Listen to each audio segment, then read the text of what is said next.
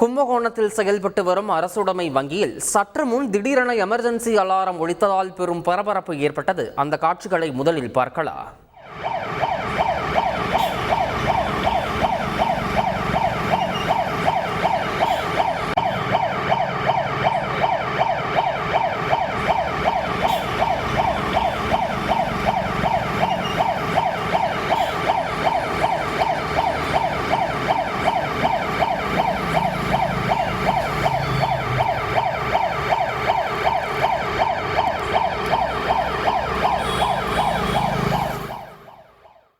மேலும் இது தொடர்பான கூடுதல் விவரங்களை எமது செய்தியாளர் சிவசுப்பிரமணியன் வழங்கிட கேட்கலாம்.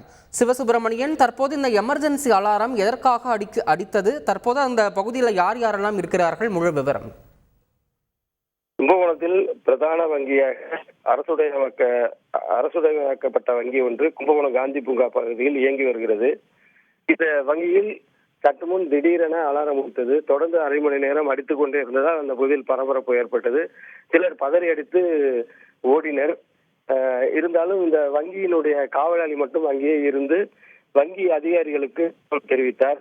இதனையடுத்து ஒரு அரை மணி நேர பிறகு அந்த அதிகாரி அங்கு வந்தார்.